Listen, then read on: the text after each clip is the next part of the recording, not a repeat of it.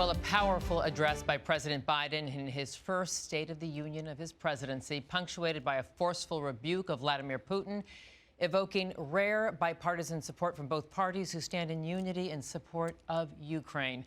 To give us some context and much needed perspective on this crisis and last night's address is Caroline Heldman, professor of critical theory and social justice at Occidental College. Good morning, Caroline. Thank you for joining us such a critical morning.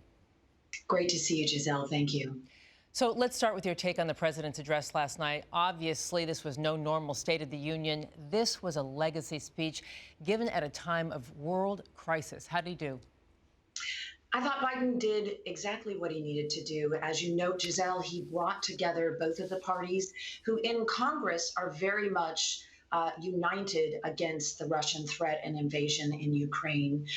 He also noted inflation as his #1 domestic issue, which is precisely what he needed to do because that is what is top on the mind of voters and their experience at the grocery store and the gas pump. He also took a page from Clinton's playbook and centered himself more in the middle. He said, look, I'm not in favor of defunding the police, which has been one of the left's rallying cries in the past couple of years. So Biden did everything he needed to do politically and for his party heading into these midterm elections. Domestically as well as for his international concerns. The president's ominous words, Caroline, he has no idea what's coming, obviously returning a threat back to Putin. What did you think that meant? Well, I think that Biden is in the unfortunate position of everyone in NATO and the EU trying to predict what Putin will do next. And it's important to keep in mind that Putin has a lot of cards yet to play. The question is what he will decide to do. Biden and the rest of the world wants to keep out of World War III, obviously, but Putin threatening, a nuclear, these are veiled threats, right? Taking it to that next stage. I think Biden right now is very centered on de-escalation. Right. As fighting, though, intensifies and troops close in on towns in the capital, these talks continue in Belarus. It's not clear if anything will come from those meetings. But, Caroline, is there an off-ramp for Putin to change course and save face? Or is he backed into a corner and more of a threat than ever? He is backed into a corner and more of a threat than ever, according to experts who have studied him for his looking at his legacy in his life.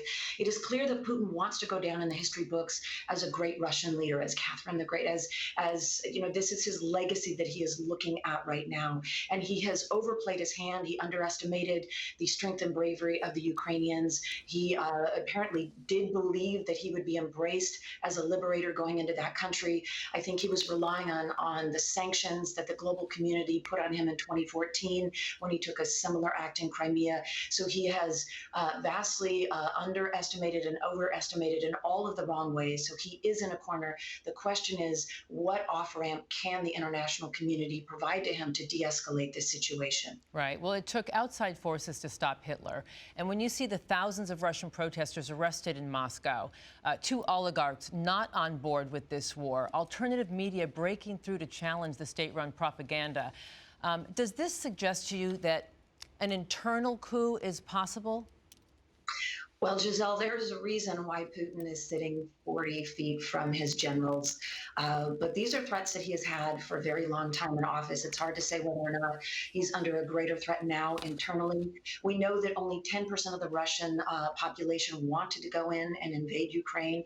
We also know that they're not getting the full story, but there appear to be mass protests, tens of thousands of people pushing against this. Of course, Putin puts down his enemies and his detractors and his critics by poisoning them, by murdering them. He's rounded up these protesters. So it's hard to say how much control he has, given that we don't get the full story out of Moscow. But he does appear to be managing a situation now where his countrymen and even some of his generals are speaking out against him. Right. I have to ask you about President Zelensky, a hero of resistance to the world, an unlikely hero, remains defiant despite what looks like an imminent full-on bloody attack of the capital. Is time running out now for the Ukrainians? Well, it's amazing. We're in day 7, and Zelensky is the most core and crucial part of that.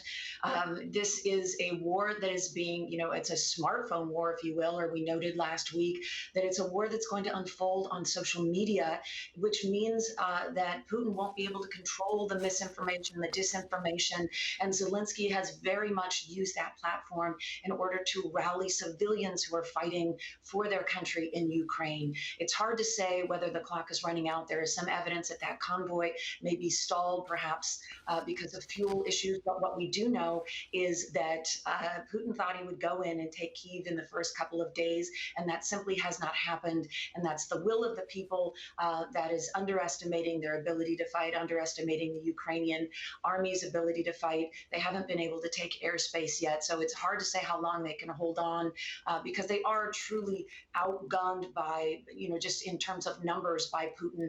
But why hasn't it happened yet? That's the big question. If indeed it's a David and Goliath situation, why hasn't Goliath acted more quickly?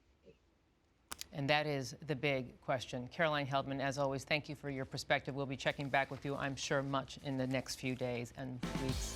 We'll be back, everyone. This is your morning on Spectrum News 1.